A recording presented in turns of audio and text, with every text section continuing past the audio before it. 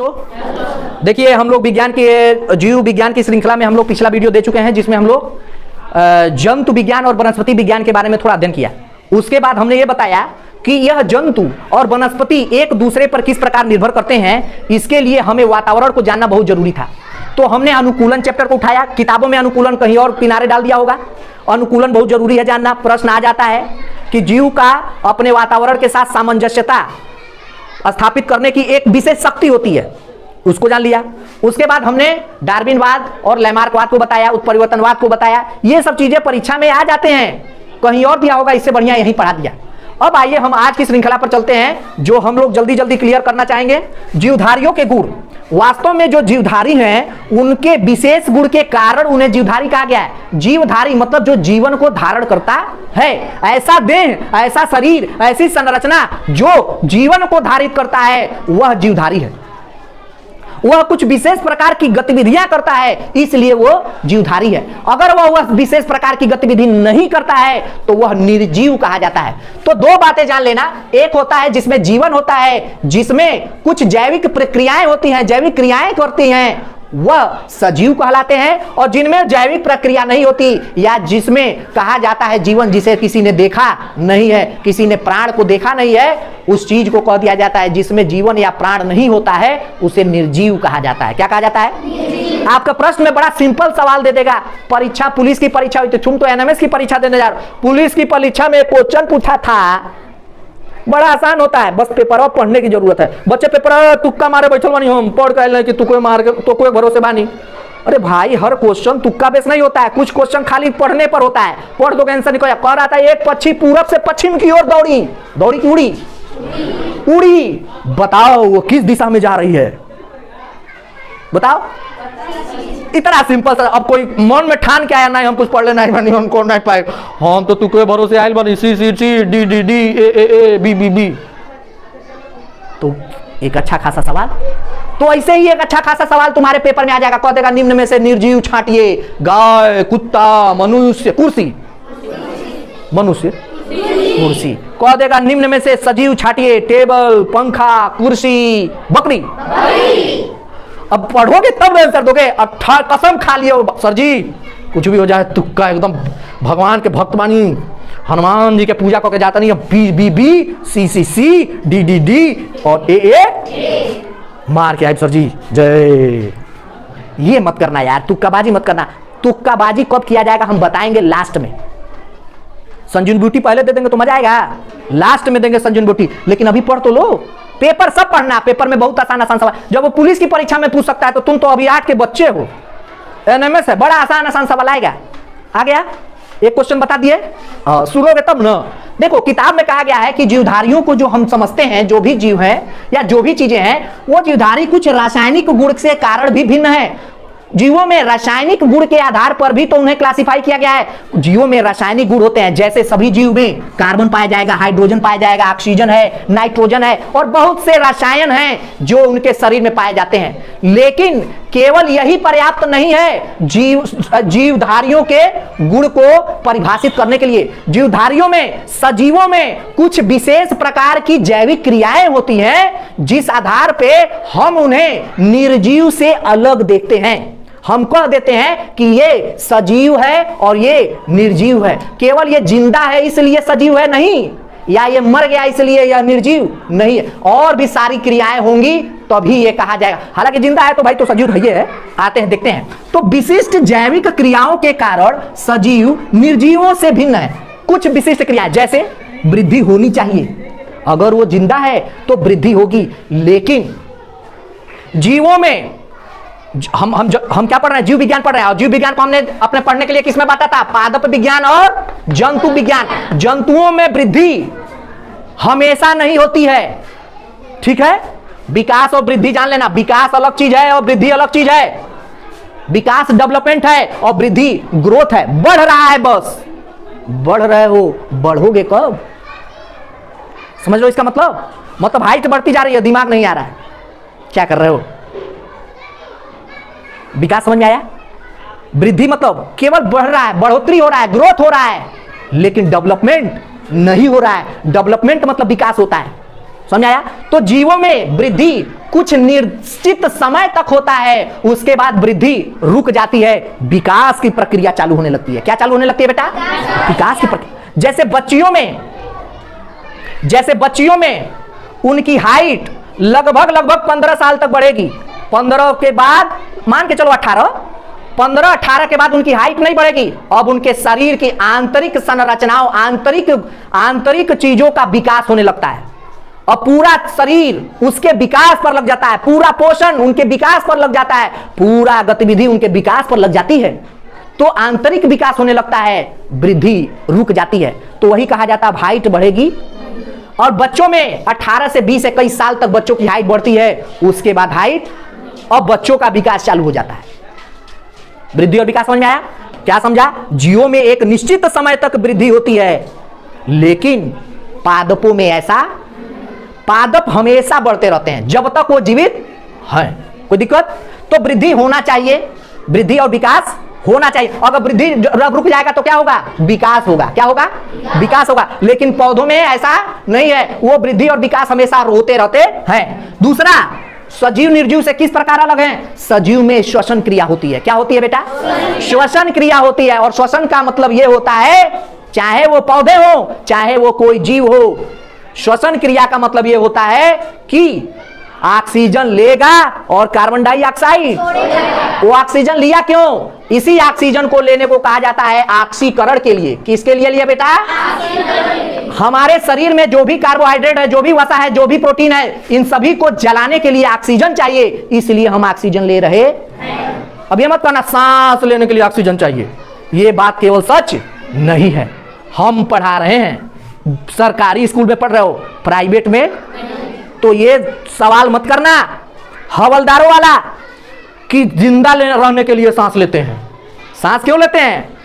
ऑक्सीकरण करना है भैया। ऑक्सीकरण मतलब जलाना है। क्या करना है? जलाना है। किसको? तो जो भी खाए हैं, ग्लूकोज, हमें क्या करना है? ग्लूकोज पैदा करना है, हमें किसी को जलाना है। और जब कुछ जलेगा तो कार्बन डाइऑक्साइड निकलेगा, और कार्बन डाइऑक्साइड निकलेगा तो वही श्वसन प्रक्रिया का दूसरा हिस्सा है। ऑक्सीजन आएगा और कार्बन डाइऑक्साइड जाएगा। पौधों में भी यही होता है, गलती मत करना। दूसरा, न्यूट्रिट पोषित होते हैं। पोषण हर एक जीवधारी का, सजीव है तो उसमें पोषण होना चाहिए। पोषण होना चाहिए, ये बहुत ही जरूरी है बेटा। पोषण, ठीक है। पोषण क्या होता है? तो पोषण यहां पर विशेष तौर पे हम समझें स्वपोषी और परपोषी में। स्वपोषी अपना पोषण कैसे करते हैं? तो यह प्रकाश संश्लेषण के द्वारा, हमने बता दिया था जब पढ़ा रहे थे हम पहले लेक्चर में ही, प्रकाश संश्लेषण और रासायनिक संश्लेषण। प्रकाश संश्लेषण में पौधे क्या करते हैं?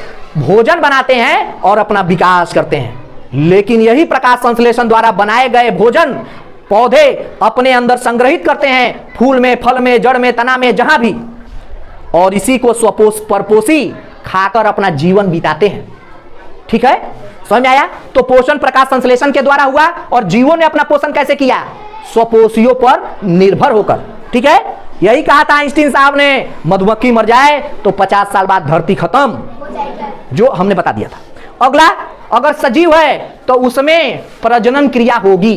प्रजनन क्या क्या हो सकता है? या तो वह लैंगिक प्रजनन करेगा या फिर वो अलैंगिक प्रजनन करेगा। और प्रजनन क्यों सर? प्रजनन की क्या जरूरत है? प्रजनन अपने ही जैसे संतान उत्पन्न करने की क्षमता को ही क्या कहते हैं? प्रजनन। यह सजीवों का एक विशेष लक्षण है। क्या है बेटा? विशेष लक्षण है। अगर प्रजनन न होता तो यह विकास कैसे होता? कोई दिक्कत?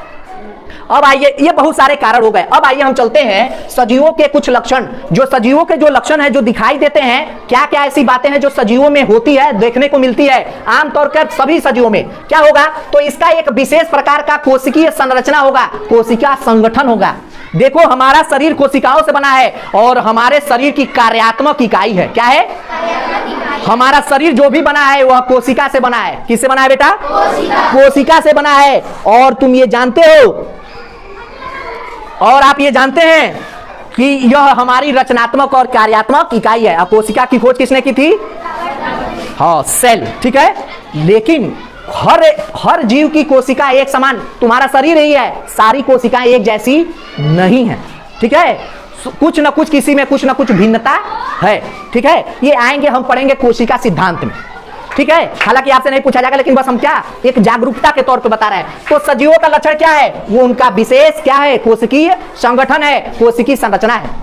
करोड़ों अरबों कोशिकाएं हैं। देखो गीता में कहा गया है, जब चाहता हूं ब्रह्मांड बना देता हूं। कृष्ण कह रहे हैं अपना पूरा समस्त अवतार दिखाकर कि जब चाहता हूं ब्रह्मांड बना देता हूं और जब चाहता हूं ब्रह्मांड मिटा देता हूं। हे अर्जुन, में पल पल में ब्रह्मांड उत्पन्न होते रहते हैं और पल पल में ब्रह्मांड नष्ट होते रहते हैं। मैं सबका सृजन करता हूं और सबका विलोपन करता हूं। ये यहां से सिद्ध हो रहा है।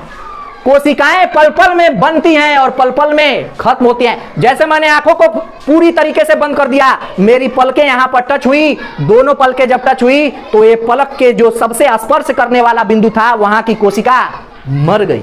मैं ये बोल रहा हूं मेरे होंठ एक दूसरे से टकरा रहे हैं, कोशिका मर रहे हैं, लेकिन साथ ही साथ अनंत कोशिका का जन्म भी हो रहा है। इससे गीता के इस सिद्धांत को पुष्टि मिलती है। इसीलिए महावीर स्वामी ने कहा था कि पूर्ण जागृत व्यक्ति अगर हो जाए तो धर्म की स्थापना सरल हो जाए। पूछा गया कि महावीर, व्यक्ति अगर कोशिका के देहांत पर अगर शोक करने लगे, कोशिका के मरने पर अगर विचार करने लगे, तो व्यक्ति तो जीवन ही नहीं जी पाएगा। कोई जीव जीवन ही नहीं जी पाएगा। कोई जीव कदम तो रखेगा ही, आंखें तो पलकाएगा ही, सोएगा ही। सोने से सोएगा भी कहां? हवा में तो सोएगा नहीं, उसे लेटना है, और लेटेगा तो धरती पर या फिर कहीं भी उसके शरीर का अंग लगेगा और वहां की कोशिकाएं मर जाएंगी। महावीर के सामने यह बहुत कठिन प्रश्न आ गया। महावीर स्वामी ने कहा नहीं, व्यक्ति को अपना जीवन जीना है, लेकिन संयमित होकर, सीमित होकर। इसीलिए महावीर स्वामी पूरा जीवन, जब उन्होंने ज्ञान प्राप्त कर लिया, पूरा जीवन केवल एक अलंग सोते थे, सीमित सोते थे, कम सोते थे। महावीर स्वामी को देखना, उनकी आंखों की पलकें जब वो ध्यान में है तो उनकी आंखों की पलकें टच नहीं, आधी खुली हैं। ठीक है, महावीर मतलब जैन धर्म से कठिन धर्म कोई है ये नहीं था, कोई है नहीं, बहुत कठिन धर्म है, क्योंकि वो एक कोशिका के मरने पर भी प्रश्न चिन्ह उठा रहे हैं। और बाकी धर्म, जीवों की हत्या मत करो, मांस न खाओ, मछली न खाओ, ये छोटी, ये तो बहुत बड़ी बड़ी बातें हो गई।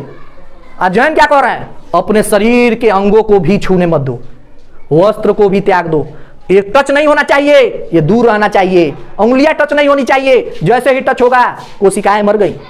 इतना ध्यान रखा जाएगा तो जिंदा रह सकते हैं। तो वही महावीर ने कहा कि नहीं, पूर्ण जागृत होकर यदि तुम अपने कदम बढ़ा रहे हो तो तुम्हारे पैर के नीचे आने वाला मकड़ी, तुम्हारे पैर के नीचे आने वाली चींटी का प्रारब्ध है कि उसको मरना लिखा है। और तुम पैर रख रहे हो, चींटी अरे कुछ नहीं, मेरा पैर पड़ेगा, उसको मरना लिखा था। नहीं, अगर जहां तक हो सकता है उसको बचा सकते हो बचा लो। जा रहे हो अगर पैर के नीचे, पैर हटा लो, तुम्हारा शिक्षण काम तो कर रहा है। हाइपोथैलेमस से कनेक्शन अच्छा है, यही तो पढ़ाया है। अगर तुम्हारा हाइपोथैलेमस से, अगर तुम्हारे न्यूरॉन्स का कनेक्शन अच्छा है तो तुम्हारे आंखों ने देखा, तुरंत तुम्हारे हाइपोथैलेमस को संदेश आ गया, पीयूष ग्रंथि से तुरंत न्यूरॉन को संदेश दिया, पैर हटाओ, कोई मर जाएगा। पैर तुमने हटा लिया, पैर तो रखना है लेकिन उस जीवधारी को बचाना था। लेकिन तुम इस जिद में हो, नहीं नहीं ये लिखा है इसका मरना है, मरेगा नहीं। पूर्ण चेतन मन के साथ अपने जीवन का निर्वाह करने वाला महावीर कहलाता है। क्या कहलाता है? महावीर। लोगों ने वर्धमान को क्या कहा? महावीर कहा। सबसे कठिन धर्म क्या है? जैन धर्म। समझ में आया? ये कोशिका के मरने पर, कोशिका क्या है देखो, कोशिका कह रही है एक एक चंद में मैं करोड़ों जन्म लेता हूं और करोड़ों मरता रहता हूं। किसकी परवाह करोगे? किसके बारे में इतना सोचोगे? टेंशन से तुम रह नहीं पाओगे, लेकिन सोचना पड़ेगा। अगर तुम पूरे चेतन हो तो सोचना पड़ेगा। कोई दिक्कत? तो कोशिकीय संरचना है, इसीलिए बड़ा ध्यान से जियो, बड़ा तिलते मिलते रहते हो। नहीं बेटा, स्थिर बैठो, है ना? क्योंकि अगर पाप की श्रेणी देखी जाएगी तो पाप तो ये भी है, तुमने किसी की हत्या की, इसमें भी जीवन था, कोशिका में भी जीवन था, कोशिका को हमने मारा, ठीक। लेकिन अगर पूर्ण चेतन के साथ है तो आवश्यकता तो ही है। अब लिखना है, उंगलियां तो दबेंगी, मेरा कर्म कैसे पूरा होगा? मुझे तो क्या करना है? इस पूरे संसार से क्या करना है? गरीबी खत्म करना है, इस पूरे संसार में दया का प्रचार करना है। इसीलिए मुझे शिक्षित होना जरूरी है। मेरे जन्म का उद्देश्य ही यही है, मुझे शिक्षा प्राप्त करना पड़ेगा, और शिक्षा प्राप्त करने के लिए कलम उठाना पड़ेगा, और इस कलम से वही लिखना है जो इस संसार की गरीबी मिटा सकता हो। ठीक, तुम अपने आप को इस उद्देश्य से पढ़ाई करो कि तुम एक विद्यार्थी ही नहीं, इस चराचर जगत में तुम ही एकमात्र ऐसे व्यक्ति हो जो इस संसार से गरीबी मिटाने की ताकत रखता है। अगर तुम नहीं करोगे तो कौन करेगा? तुम अपने संसार की छोड़ो, तुम अपने घर परिवार की तो सोचो। तुम इस धरती पर आ गए, तुम अपने घर परिवार की गरीबी नहीं मिटा पाए तो क्या फायदा? तुम्हारे इस जीवन से, तुम्हारे जीवित रहने से कोई मतलब रह जाएगा? तुम ठीक है, तो ये सोचो। देखो, ये मत कहो मोटिवेशन, मोटिवेशन कहीं होता नहीं है, मोटिवेशन पढ़ाई नहीं है। विज्ञान पढ़ो, मोटिवेशन अपने आप मिल जाएगा। ठीक है, जैसे बता रहे हम कहाँ अलग से मोटिवेट हुएगा किताब पढ़ के? APJ अब्दुल कलाम जी का किताब पढ़े क्या? कुछ नहीं पढ़े, हम यही पढ़े। कोशिकी संगठन है, जीव द्रव्य है, प्रोटोप्लाज्म कहा जाता है, और जीवधारियों का जो लक्षण है, हर एक जीवधारी में क्या है? जीव द्रव्य पाया जाता है। एक विशेष प्रकार का तरल पदार्थ है। क्या है बेटा? एक विशेष प्रकार का यह तरल पदार्थ है। कोशिका का जैविक पदार्थ है, समस्त जैविक क्रियाओं का केंद्र है। कोई भी जैविक क्रिया होती है, हंसना खेलना, जो भी जैविक क्रिया करते हो, वह कौन संचालित करता है? जीव द्रव्य। तरल गाढ़ा द्रव होता है, ठीक है। और इसकी रचना कैसे हुई है? कार्बोहाइड्रेट, वसा, प्रोटीन और कार्बनिक लवण। बता दिया, जीव द्रव्य से ही सब कुछ है। ठीक है, और जीवधारियों का विशेष और क्या हो सकता है? हर एक जीवधारी का एक विशेष आकृति है, विशेष आकार है। हाथी का बड़ा है, मनुष्य का ऐसा आकार है, बंदर का ऐसा है, चींटी का ऐसा है। आकृति और उसका आकार है। उपापचय क्या बोला जाता है? मेटाबॉलिज्म। उपापचय की प्रक्रिया जीवधारी सजीव जीवों की एक विशेष लक्षण है। यह पूछा जा सकता है क्या होता है उपापचय? दो तरह का होता है, एक अपचय होता है और एक उपचय होता है। अपचय ऐसी प्रक्रिया जो जीवधारी के अंदर विनाशात्मक है, मतलब जो किसी चीज को लेने और देने से संबंधित है, ठीक है, छोड़ने से संबंधित है, जो विनाशात्मक है। जैसे श्वसन लेना है और कार्बन डाइऑक्साइड छोड़ना है, यह एक विनाशात्मक प्रक्रिया है, आपसे पूछा जा सकता है। और ये क्या कहलाता है? उपपचय। क्या कहा जाता है? उपचय। क्या बोला जाता है? उपचय। और दूसरा जो उपापचय होता है वो उपचय होता है, यह रचनात्मक होता है। यह क्या होता है? बनाने वाला होता है। और रचनात्मक मतलब एक के ऊपर एक, जैसे मांस चढ़ा, मांस के ऊपर मांस चढ़ा। पौधे हैं, पेड़ के ऊपर क्या कहा जाता है? कोई पेड़ कितना वर्ष पुराना है, पेड़ को काटो, उसके लेयर्स को देखो, जितना उसकी कोशिका भित्ति का संरचना दिखाई देगी उतना वह पुराना होगा। हमारे मांस की एक लेयर बनी, फिर उसके ऊपर चढ़ी, फिर उसके ऊपर चढ़ी, हम इतने मोटे हो गए। पैदा हुए तो बहुत पतले थे। तो ये कैसे हुआ? उपचय के कारण। रचनात्मक था हमारे पोषण के कारण। और पोषण कैसे हुआ? भोजन के कारण। ठीक है बेटा, तो ये चीजें हैं, सजीवों के कुछ विशेष लक्षण हैं, ये आपसे पूछा जाता है, नोट करिए। अब देखिए बेटा, अब जीवधारियों के जो लक्षण थे उसी में कुछ और हैं, जैसे अनुकूलन, जो पिछले में पढ़ लिया था। प्रत्येक जीवधारी का एक विशेष लक्षण होता है कि वो अपने वातावरण के साथ क्या करता है? सामंजस्य स्थापित करता है और जीवन संघर्ष को बनाए रखता है। प्रत्येक जीवधारी में अगला जो लक्षण है संवेदनशीलता है। प्रत्येक जीवधारी वातावरण परिवर्तन का अनुभव करते हैं और सुरक्षित रहने के लिए उपाय ढूंढ लेते हैं। जैसे आपको ठंडी लगी तो आपने उपाय क्या ढूंढा? स्वेटर। उत्सर्जन अगला है। तो उत्सर्जन में क्या है कि प्रत्येक जीवधारी अपने शरीर में बनने वाले कोई भी विषाक्त, कोई भी ऐसी जहरीली पदार्थ उसे निकालने की क्षमता रखते हैं, उसे उत्सर्जन कहा जाता है। जैसे CO2 बना तो हमने CO2 निकाला श्वसन क्रिया के द्वारा, और यूरिक अम्ल भी निकाला, दिखाया था मैंने। हम लोग अमोनिया निकालते हैं, यूरिक अम्ल होता है, और क्या होता है? अमोनिया। और जो नमक होता है वो पसीने के रास्ते निकलता है। ये सब क्या है? उत्सर्जन की प्रक्रिया प्रत्येक जीव का एक लक्षण है, एक गुण है। ठीक है, करते हैं। अब इसमें प्रत्येक जीव का क्या है? एक जीवन चक्र है। वह जन्म लेता है, भ्रूण से फिर जन्म लेता है, और फिर जन्म लेने के बाद बचपन अपनी सारी जिंदगी बिताता है, और अंततः वह मर जाता है। प्रत्येक जीवधारी का ऐसा क्या है? यह गुण है, वह हमेशा जीवित नहीं रह सकता। कोई दिक्कत इसमें? समझ में आ गया? तो ये जीवधारियों के लक्षण है। अब आइए हम आगे चलते हैं। हमें आपको पढ़ाना है कोशिका। अब उसके लिए हम लोग पहले जीवों के बारे में पढ़ रहे हैं, ठीक है, तो वो धीरे धीरे हम आगे बढ़ रहे हैं। अब आइए हम पढ़ते हैं जीवधारियों का वर्गीकरण। क्या पढ़ते बेटा? अब अगला टॉपिक है जीवधारियों का वर्गीकरण। तो जीवधारियों का जो वर्गीकरण है, जीवधारी को वर्गीकरण करने का प्रथम प्रयास जॉन रे ने किया था। फिर उसके बाद आधुनिक वर्गीकरण हमारे सामने आया, जो किया किसने? कैरोलस लीनियस ने किया था।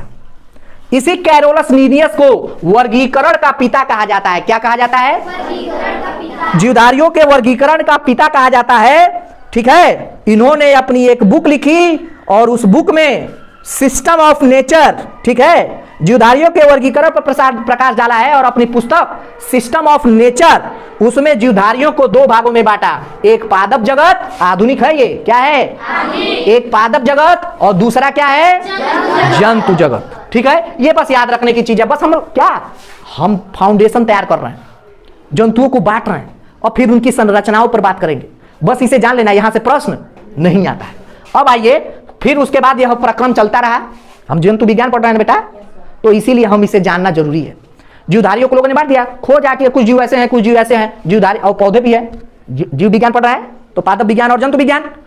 अब उसके बाद सन 1969 ईस्वी में हिटेकर ने पूरे प्राणी जगत को, इस पूरी प्राणी प्रणाली को 5 रूपों में बांट के हमारे सामने रखा, जिसमें उन्होंने पहला नाम दिया है मोनेरा जगत। क्या नाम दिया बेटा, मोनेरा जगत की जब वो बात करते हैं तो मोनेरा जगत में लिखते हैं कि इसमें प्रोकैरियोटिक, आगे पढ़ेंगे, 2 तरह की कोशिकाएं होती है, यूकैरियोटिक और प्रोकैरियोटिक। इसमें प्रोकैरियोटिक तरह के जीव पाए जाते हैं। प्रोकैरियोटिक कोशिकीय संरचना वाले जीव को रखा गया है जो केंद्रक विहीन होते हैं, जिसमें केंद्रक नहीं होता है। आगे पढ़ेंगे केंद्रक क्या होता है।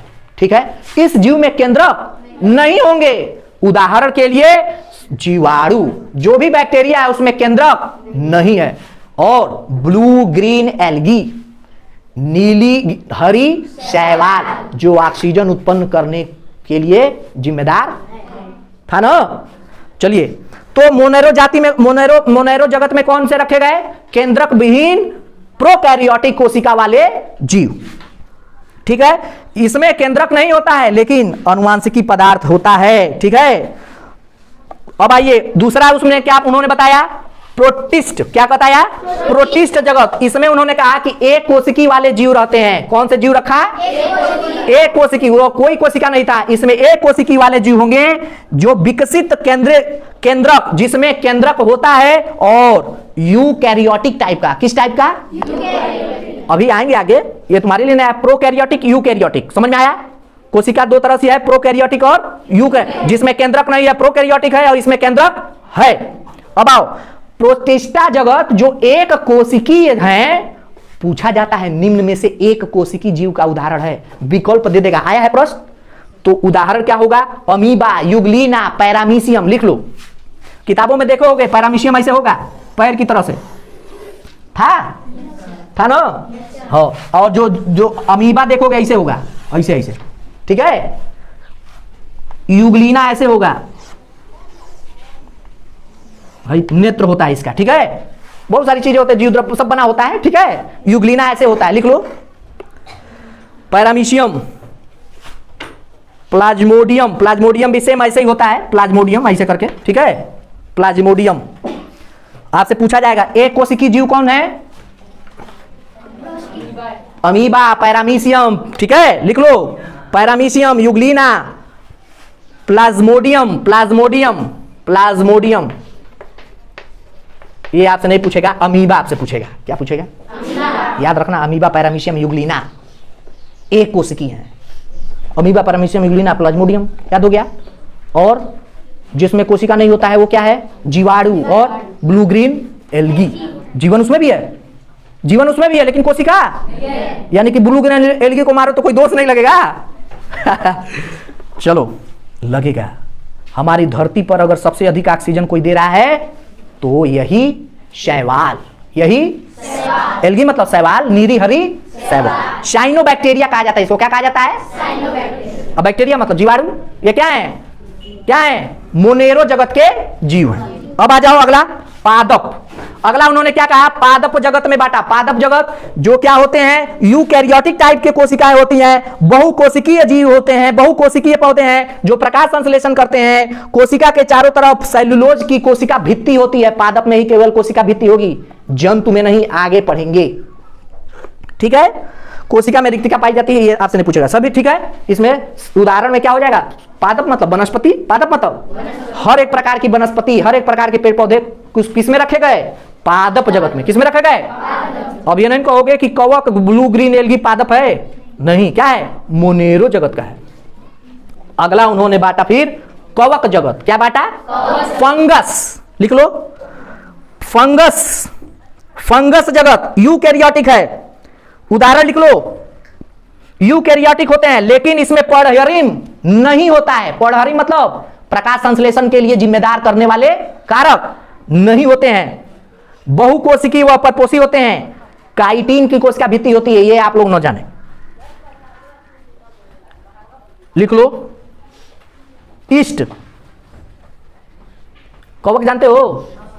ब्रेड देखे हो? ब्रेड फफूंद लग जाता है। ब्रेड को ऐसे छोड़ दो तो कुछ दिन बाद रोटी ऐसे छोड़ दो तो देखोगे उस पर फफूंद लग गया। वही क्या हो गया? फंगस लग गया, कवक लग गया। क्या लग गया? उसका नाम कहते हो फंगस, तुम लोग कहते हैं फफूंद। क्या बोलते हैं उसको? फफूंद लग गया है। वो क्या है? किस जगत का है? कवक जगत का है। किसका है? फंगस है। अब आ जाओ जंतु जगत। अंत में क्या बाटा? जिसमें सभी प्रकार के जंतु आ जाएंगे। कोशिका भित्ति याद रखना, पूछेगा निम्न में से किसमें कोशिका भित्ति नहीं होती है? जंतु में नहीं होती। जंतु की कोशिका में कोशिका भित्ति पादप जगत में होती है। कोई दिक्कत? यूकैरियोटिक टाइप के हैं, बहुकोशिकीय, प्रकाश संश्लेषण नहीं करते हैं क्योंकि पर्णहरिम नहीं है। कोई दिक्कत?